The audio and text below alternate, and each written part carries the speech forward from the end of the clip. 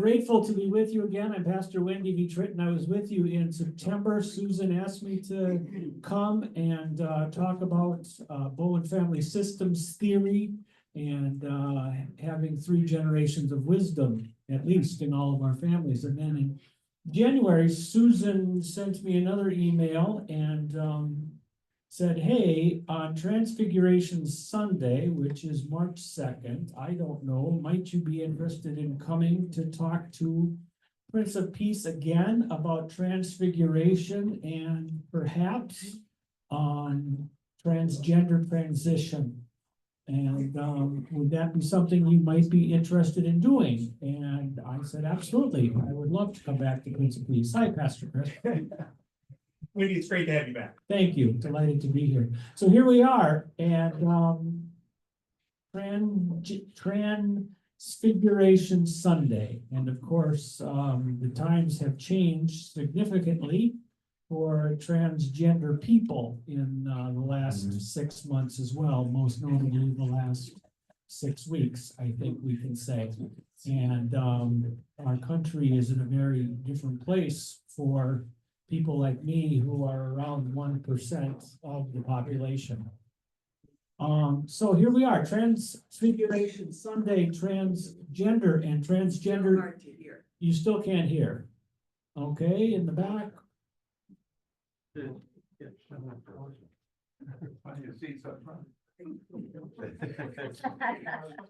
Yes, but we're leaving. There are seats available up here too. Hello, there it is. That's much louder. I can hear it already. Okay. So yes, I'm delighted to be with you. So I don't know what Pastor Chris talked about this morning for Transfiguration Sunday, or if he talked about it at all. He might have talked about one of the other lessons as well. Transfiguration is one of those, I'll say it honestly, it's a strange Bible story. And it's a strange account in the life of Jesus and his followers. And I remember being in my internship in a suburb of Hartford, Connecticut, and talking to my internship supervisor about it. And this was 31 years ago. And I remember him saying to me, you know, I read one time that some scholars think that Transfiguration story is a misplaced resurrection account. That there were all these stories about Jesus and his followers, and then they were told orally, you know, how the Bible came to be, the Gospels came to be, and then they were written down by different people. And some people at that time received this story and decided that it was a misplaced account of Jesus after his resurrection from the dead, because of course we have that encounter with the divine, where Jesus becomes dazzling white and changes his appearance to his followers that are there with him at that time. And as I think about the transfiguration of Jesus and my transgender identity and my transgender transition, it has been an encounter with the divine, with God as well. But especially now, we have to get past the word trans. Switch me out? Is this, no? Yep, you're good. You're on. Am I on? Yep. Am I on? Not like the other one. Not like the other one. Now it is. There, I had to push the button. All right. Well, hello to everybody watching on Zoom. This is I'm glad you can hear me. We have to get past the word trans. And I feel that every day in my life. Because trans, one of its many meanings is change. It's called the Transfiguration story because Jesus changed his appearance. It's called transgender because many of us change our gender. It's called transition because we change who we are. And there's one thing that can be said easily about most human beings. I don't know if it's true for any of you in the room, but we don't like change. Not this church. This church handles change. This church handles change beautifully, good. And change is just a hard thing whenever it happens to us, and we resist it, do we not? And we say, I really don't want to do this. Do I have to do this? And when it's someone close to us in our lives, there's that same feeling. You know, they're different. Do I have to accept this? I don't want to accept this. What does this have to do about me? It makes me uncomfortable, so I'm not going to change along with the change that you are giving to me. And so it's challenging to be transgender and in transition, just like it was challenging for Jesus to continue to appear with his disciples, all the while becoming more and more and more, I think, in my interpretation of the story, closer to the divine and to the divine in appearance. And so it's very challenging.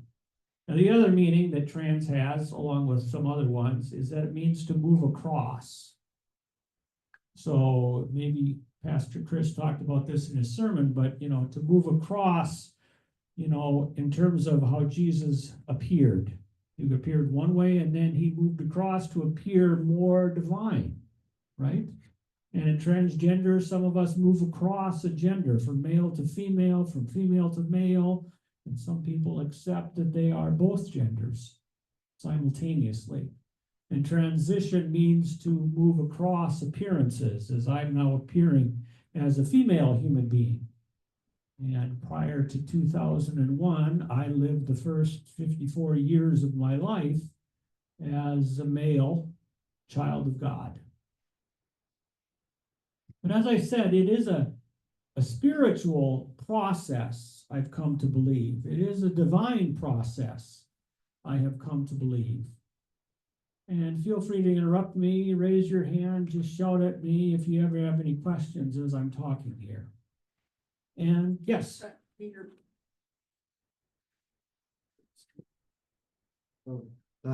Bible verse about man was made in God's image, Yes. male and female. yes. I could kind of go see how that could be taken different ways with or is our image of God to be happen before the gender, Mhm. or did it happen after gender identity? I hear you. Yes, that's a deep passage that gets used quite a bit as a weapon against transgender folks in my community. And it comes along at the same time, if I'm remembering this right, where Jesus makes us stewards of creation. And I think that is part of what I'm talking about, is being a steward of creation, the creation of my body. And one of the core components to my understanding of this as a spiritual process is an idea that I first saw proposed by Philip Hefner at the Lutheran School of Theology in Chicago, Yale Lutherans. And it was the idea that he came up with in the 1970s that human beings are created co-creators. We are created by God, but then we are also called by the Creator to co-create our lives alongside with the divine. And we do that through our genetics, through evolution. Hefner was very adamant about that. We do that through our culture as well. And we do that through our own engagement with the divine and what is inside every one of us. And what was deep inside me as a transgender human being who didn't know that. And so it goes to, I think, I don't know your name, who asked the question, but, how do we view the Bible? We could come back and talk about that for the rest of the year. But I honestly think that I understand the Bible not as something that came down from God and then stayed the same from then onward, because that's not how it happened. We know that through all the textual variants in the Bible, through all the different versions that we have of gospels, some that made it into the canon, some that didn't. But I see the Bible then as a living document. And through the power of the Holy Spirit continues to speak to us in new and fresh ways, and continues to provide God's grace and love to the world. If that answers your question. But co-creation's a significant part of my spiritual understanding of my process. Thank you.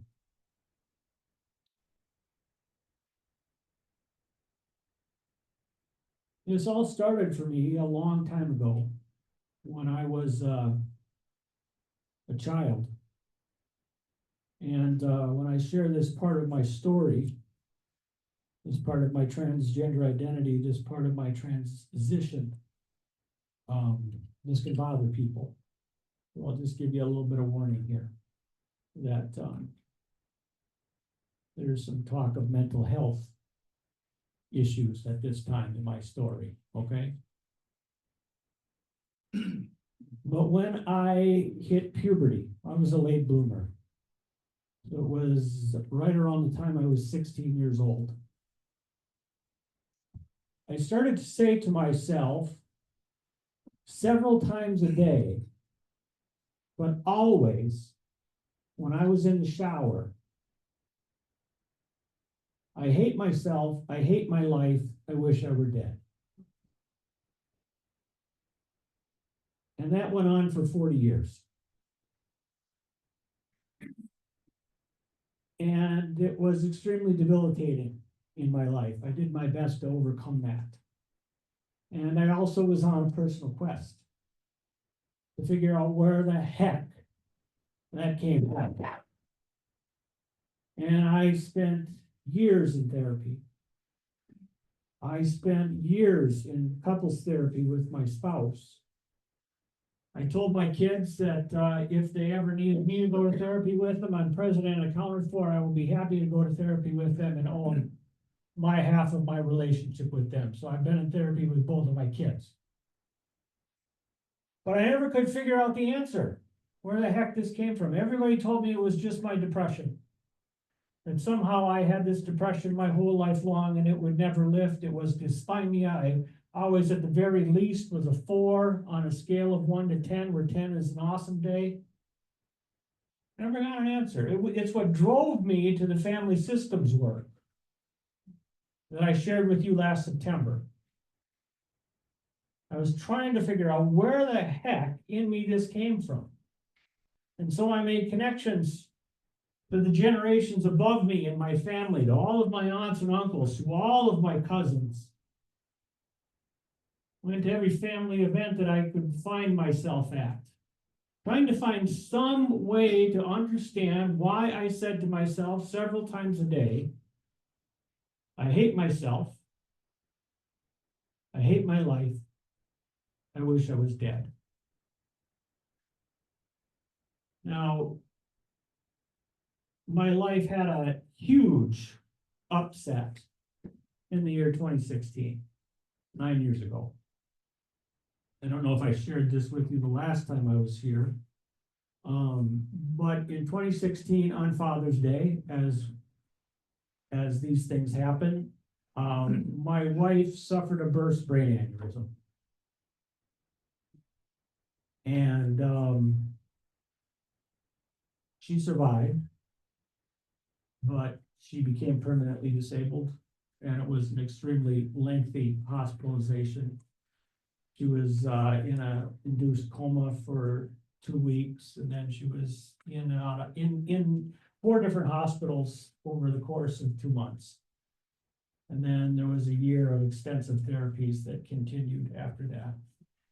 And she was a pharmacist, and then all of a sudden, suddenly she was no longer able to work anymore. And she's still permanently disabled on Social Security disability. If she knew how to do something before, she can still pretty much do it. But for her to learn how to do something new, it's really challenging with her executive function. Even just a new recipe is extremely challenging for her. Just to follow steps that are new is very challenging for her. And of course, that was very upsetting to me. That was very upsetting to our family. In the years that followed, both she and I had major depressive episodes that we were both in the hospital for. And I was trying to continue to be a pastor at All Saints in Egan, and I just, after 3 years of doing that, I woke up, after her stroke, I woke up one morning and said, I'm gonna die. I can't do this anymore. Because I was just being pulled apart. You know, going to all these appointments with her and then rushing back for a meeting at church and then spending time there in the evening and rushing to, you know, make dinner and then go home to help her with her pills. I said, I can't do this anymore. I'm gonna die. So financially, it was a huge disruption and remains to be a huge disruption in our lives. But I stopped being a pastor and moved to being, maybe you can call it a freelance pastor, kind of like what I'm doing here, doing whatever I can to, with churches and faithful people to share good news, to share insights. So I'm a spirituality guide and a life coach. And I'm gonna hand out this article that I wrote for a program that actually starts tomorrow night on spirituality for times like this. So I'm self-employed, struggling to make a living. I still can't figure out how to get this demon out of my head that says, I hate myself, I hate my life, I wish I were dead. That still is present. Hold on. I'm in therapy, I'm trying to figure all this out.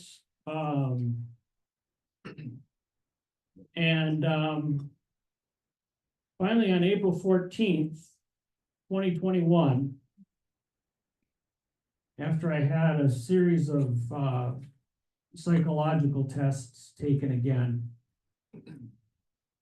I was reading an article in the morning and it talked about a transgender lesbian. And I was just, what is that? I didn't know. And here it was someone who, like me, was born as a boy and realized that they were female, but in that they were attracted to females. I had always assumed that if I were transgender, that I would be attracted to men. Because in the culture, that was every transgender female I'd ever seen portrayed in movies. And I said, no, I would always be like, that's not me. But when I read this account, I was like, holy cow, I'm transgender female. And it scared me to death. But I realized that it was true, and I have since learned that 78% of transgender females are attracted to females. So it is by far the norm in what happens. So 40 years of hating myself. That's biblical, you know. I was taught to my confirmation kids that 40 in the Bible means a very long time. You can confirm that. And it was 40 years. It was a very long time of self-hatred for me. I've also since learned that the ancients, it was a very long time, and they chose the number 40 because it also paralleled what they thought was the time of human gestation. What? 40? 40, Oh, 40, okay. I'm sorry, 40 weeks of human Oh, okay. gestation. Okay. 40 weeks. 40 days, 40 weeks, 40 years. A very long time. The number 40 is a time for gestation and rebirth and new birth. And so I cling to that. that this is how God created me, and somehow in the mystery that is my life and his creation, I was meant to arrive here. But it took a very long time. A very long time. So as I reflect on my story, and as I have, and as I share it, I said it's a spiritual process. And I think spirituality, as defined by Philip Sheldrake in his book, A Little Handbook on Spirituality, is spirituality always includes two things, he says. Always. It's about two things. It's about the inner life, and it's about transformation. And that's what I've experienced. And that's why this is a spiritual process for me. It is something that was always inside of me, but I couldn't get there. And I've since read an article by a philosophy professor at, I think, the University of Northern Illinois, that called what I experienced for 40 years, this is a big fancy word, the theologians in the room, do you want to raise your hands? You'll understand this. Okay. I recognize some faces here. So it's called an epistemological injustice. Truth, an injustice of truth, in that I never even had the words to understand what I was experiencing. And this author likened it to women's health care before the 1970s, where women would go to their male doctor, and it would just be this arbitrary and oftentimes painful visit with their doctor. But they didn't understand how their bodies worked, and their doctors really didn't either, so there was no information to share with them prior to the 1970s, until this group of women in Boston said, hey, we're sick of this, let's get together. And let's work on writing our experiences together. And let's write out our findings together. And they created the Boston Women's Health Collective, and then they published the first book of its kind in the 1970s, which was a gift to women everywhere. And hey, this is how your body works. And you don't have to put up with a doctor that says, have a nice day. And so women then began to take ownership of their own health. And that's where we began to see more and more women in healthcare, especially as they had an epistemological injustice in that they didn't understand their own truth. They didn't even have the words or the concepts to understand their own truth. And the same was with me. I didn't even have the words or the concepts to understand what I didn't know. But something that was going on inside of me. But when I stopped being a pastor, my chief goal to myself was I need to get healthy. Because I weighed 230 pounds. I was eating way too much, drank too much to fall asleep at night. And so I started eliminating things from my life, gave up alcohol, gave up sugar, gave up gluten, gave up dairy, started exercising, and then I began to be friends with my body again. And so was embodied. And by opening up that friendship with my body, which many people say is also the home of the soul, my transgender identity was able to rise.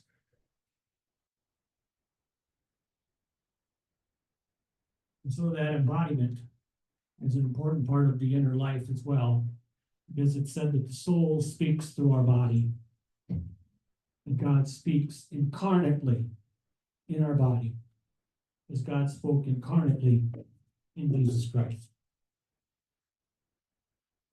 So there's the inner life and there's the transformation.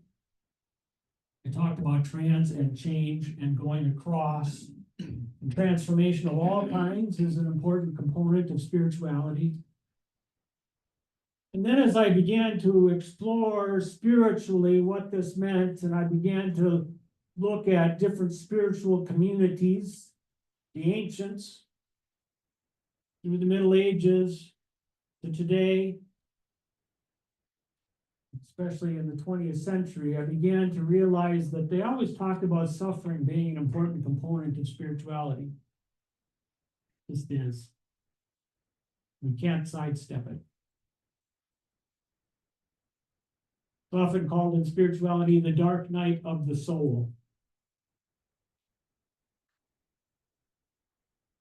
And it can be very awful. But I experienced that when I had my mental health breakdown in 2018. And it stayed with me, and along with my feeling of self-hatred, I needed to figure out what the heck that was about, because I knew there was meaning in it that I needed to access and figure it out. And so I did, and I still am. Because I know that God caused an eruption in my life, IRUP, where something almost violently breaks out. That began with my wife's stroke, and then that happened to me as well in 2018. That's what happens when life transitions from the first half to the second half.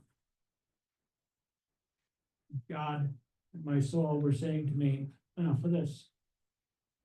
It's time to live the life that we sent you to live. And that's as a transgender woman. So there's suffering in spirituality, there's the inner life in spirituality, there's transformation in spirituality, and then, as I alluded to as well, there's co-creation in spirituality. And I think every one of us, not just transgender people, has these pieces and parts inside of us in our soul, and we can go our whole life without even knowing that they're there. But they are there inside of us, and we are called in creation to participate in God's creation by finding these pieces and parts that are inside of us and putting them together and giving them life. Our life. A new life. For the goodness of God's ongoing creation. And so I'm just a part of a long line of transgender people. Going back to the eunuchs in the Bible, going back to figures in Roman and Greek mythology, Tiresias, one of them. Cassandra is thought to be another one. Long line of transgender people throughout history that have been curious about something they sense and may even turn around and be part of self-hatred, but they let it rise eventually and it comes out and they give life to it. And it is for the blessing, the furtherance of God's creation. And so that's how I understand my transgender story. As a spiritual process with the divine. That involves suffering. Not only my own, but my family's.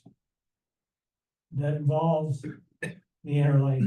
That involves transformation. And that involves co-creation. And those same pieces are in you, and that same process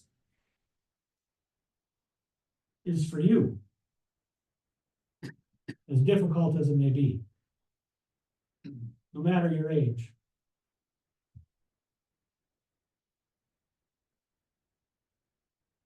And so I still try to be faithful to that.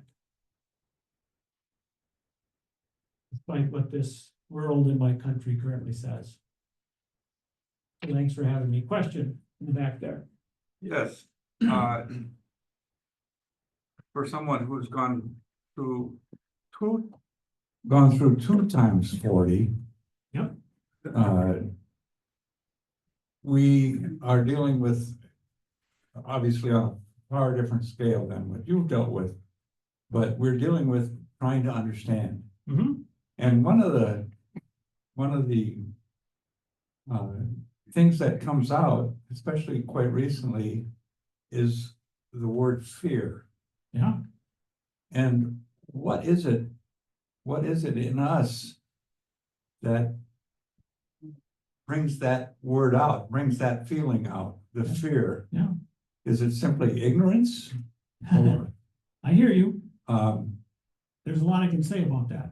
okay, I'll shut up. Unlike your son.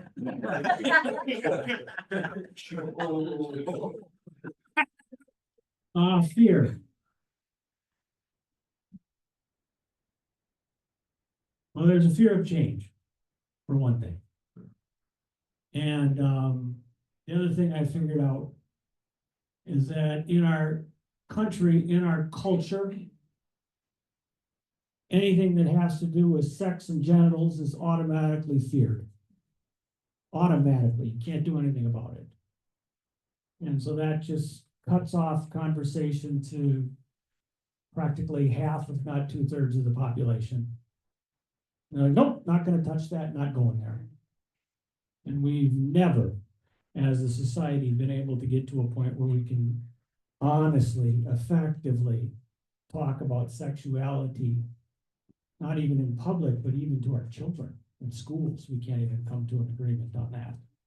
And so that's a huge part of the fear. And I also think, and I know this, is that there's a lot of fear of the inner life. And so when I talk about how this is spirituality of the inner life, especially amongst Christians that read the Bible literally and have a very particular understanding of God, the inner life is to be feared because it has to do with darkness and it has to do with original sin. And so people automatically just kind of set up a barrier and say, nope, not going there. If I have a negative thought, if I have a bad dream, I'm just shutting that off, putting that away, and moving on with my life. But the dark night of the soul is oftentimes what captures our attention. And say, something's going on here. God's trying to get my attention. I need to pay attention to this. And I think that fear then has to do with the inner life and it has to do with genitals and sexuality. You already scared your pastor away. Well, I have, excuse me, I have to apologize. I have to take my leave here shortly just Yeah. because I have to prepare for Of course. baptism, which is a Of moment course. of deep joy. And I'm struck by that you referenced in Peter's question earlier about, the image of God and the doctrine of Imago Dei is how the theologians like to refer to it. Our sense of identity is it's something that we all can experience, right? We all sit and think, who am I? Who has God created me to be? And I carry a certain confidence that in my 54 years, I guess 55 now, I apologize. In my 55 years that I think I have a sense of who I am, and I have clarity around some stuff. And our culture here in specifically here in the United States does compel us to give thought to and to challenge the assumptions that maybe we've carried around. What is our gender? What's our understanding of what our gender is? It's interesting to me, and what you just shared earlier about your pathway to understanding your gender identity required you, if I heard you correctly, it required you to also have clarity about your own sexual identity. And in my own sort of educational process around the concerns of our GLBTQIA brothers and sisters, I've always been careful to draw a distinction between gender identity and sexual identity, that one does not predispose, it doesn't define the other. You have to keep them separate. Right? And yet your pathway, it's so interesting to me that your pathway linked the two in order for you to kind of to come up with that revelation of who God has created you to be. Anyway, so I'd be curious if you would reflect on that in the sense of why are those linked and not linked for us who maybe sit from a place of what has been described as the norm? We're cis male, cis female, straight, that position, and recognizing that the only way we can leverage the privileges that come with those in this culture is to better understand those who aren't in that same place. That's a great question. And, the answer that I'll provide is, I think, never assume anything with someone in the LGBTQIA plus community. Don't assume because I said that I'm also a lesbian, that means, and that's part of what confused me in my process, was I assumed that if this was the case, then this was also the case. That everybody in the queer community, everybody in life has an individual path and can be an outlier to every one of our assumptions. But God is that great. God creates us all to be an individual. And all of our collective, which is important most of the time, much of the time, we still have to step out of that and figure out who we are. And so that happens to queer people, but as I'm preparing to teach in this class I'm offering tomorrow night, everybody's got an individual spiritual path. When you read the spiritual classics, there are elements that are all the same. There's archetypal energies. There's a relationship with the divine. There's a dark night of the soul. There's a shadow. There are masculine figures and feminine figures and androgynous. There are these things we have in common, but everybody's got an individual spiritual path as well. And I think if you read the Gospels with that in mind, you will also see that Jesus was put here on earth for a very individual spiritual path. And in many ways, that was his greatest accomplishment, is that he pointed to people that, hey, you have a spiritual path as well, a religious path, a divine path that you are being called to walk. And he gave us ideas on what that looked like. Thank you. Did I answer it? Absolutely. Thank you. And again, I apologize, I have to take No my worries. leave, but I want to plant a seed with this body. Somebody asked Wendy this question: how can a community of faith like Prince of Peace be a source of strength and support in times such as these? That and you talked about the last 6 months and the last 6 weeks. When we reached out to you to schedule you for this session today, we had no idea. I mean, could have guessed maybe, but we had no idea what was coming to this into our consciousness as a society. So somebody asked Wendy that question: how can our church be a source of strength and support and encouragement and maybe a voice of reason? Yeah, anyways, so who will ask that question? Because I need to hand that mic off. Thank you. Thank you. I'd like to ask that question, but also, I'm the mother of a transgender child who grew up in this congregation. A lot of people have known Simon now since they were a little child. And I am just marveling at the change in Simon and how much I'm learning from them, and how male and female are not as black and white as they've been my whole life. You have a girl baby, you have a boy baby. This color is male, this color is female. This person goes with this person and who matches up.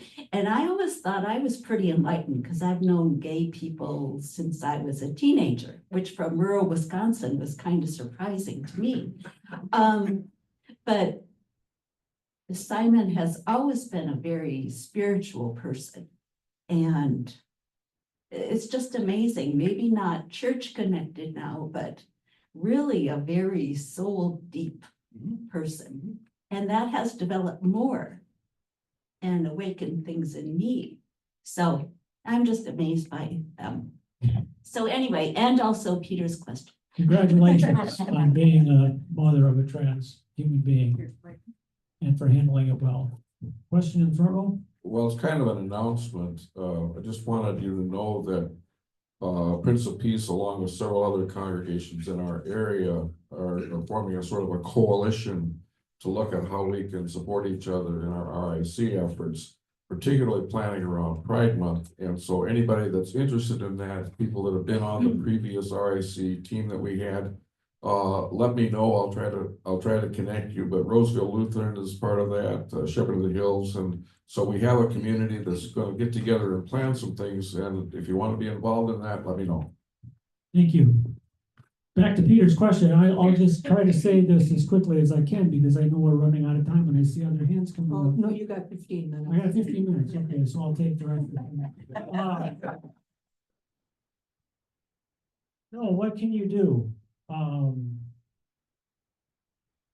I'll say it again. I think the most important thing for everyone to do at this time and every time is to figure out who they are.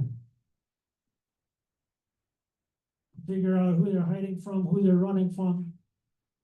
To figure out what's inside them, given to them by God. That they'll turn their back to because it's too much that they're afraid of. To walk your path on this earth that is yours and yours alone. And the more comfortable you are in your body, you yourself, with your Creator, the more comfortable you are around everybody else's body.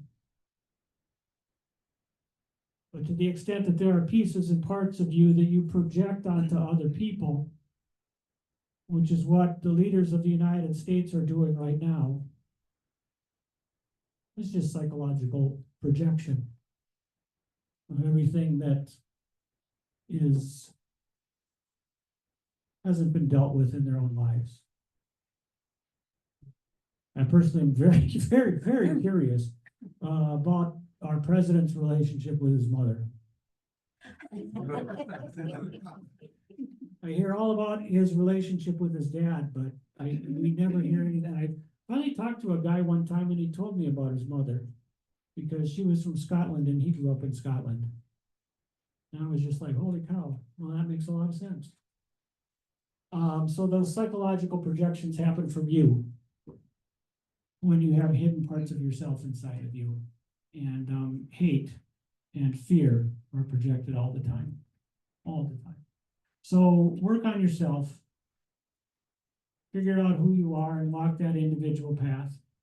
But then also I have to say, because this is extremely important, it is not safe right now for transgender people to defend themselves publicly. It is simply not safe.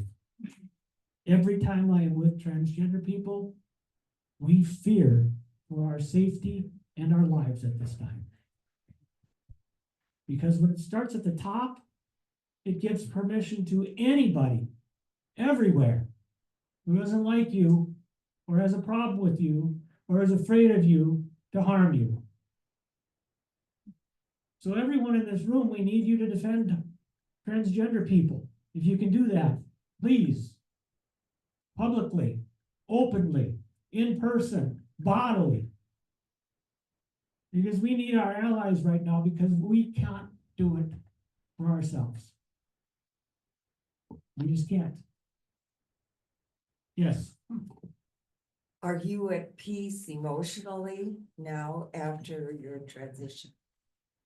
Do you find peace? Absolutely. I stopped hating myself.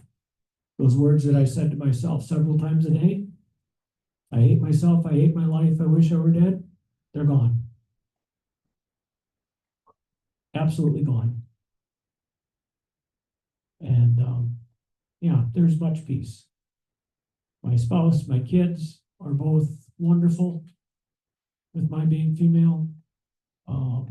My dad is not, and consequently my mother is not. My dad's an 84-year-old Missouri Synod Lutheran. So there's a right way and a wrong way for everything, and he doesn't understand how I can be on the wrong way. So consequently, my mother she wants to be supportive, I can tell, but she can't because of him. And my sisters, my older sister and my younger brother are also not supportive either. So my dad's 84, we'll see what things happen once he passes. But he still holds that Herr Father title in my family. So there's not peace when I'm with my family of origin. But all that work I did in family systems theory is paying off immensely for me right now, because my mom's sister is enormously supportive, and my cousins on all sides of the family are enormously supportive. And they've become like siblings to me. And so I'm blessed in that regard.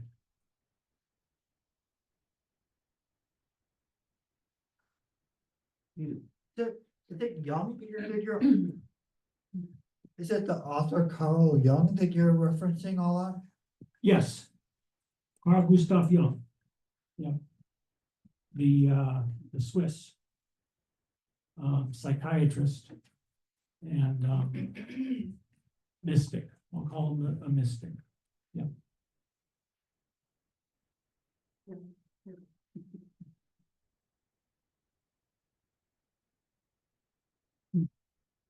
Can you explain what all the letters are? I know Oh, I'm happy to do LGBT. that. I'm happy to do that. Sure. Okay, so yeah, Yeah. if you could. L is lesbian. G is for gay. B is for bisexual, people that are attracted to both masculine and feminine. T is for transgender, like me. Q is for queer. That was a word that was used to put transgender and queer and lesbian and gays and bisexuals and transgender people down for years. It was an offensive word. The community reclaimed that as their own and said, no, we're queer. Yes, call us queer. We're queer. So that's the Q in LGBTQ. I is for intersex. That's a medical condition where people are born with both sets of genitals. That happens. A is for asexual, people who have no sex drive at all. They have come to realize that they have never had it and never will. And so they call themselves asexual. Plus stands for things that we haven't yet realized are possibilities. And that also includes non-binary people, people who don't identify as either male or female. And then sometimes you'll see a 2S connected to it. And that stands for two spirits.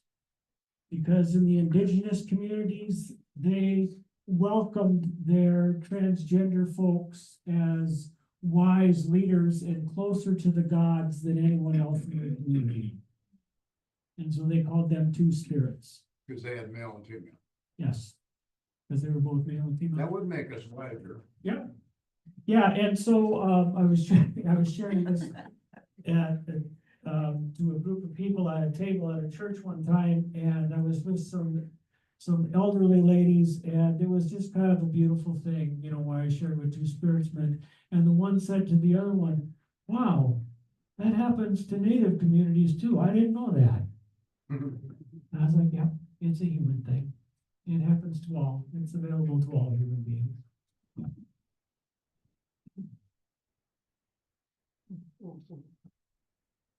I know we're getting to the end here of our time. And I'm gonna just say this on behalf of myself, and maybe it applies from others. I am so thankful that you had the raw courage those 40 years. Because that's what that was. Thank you. Yeah, I was gonna say,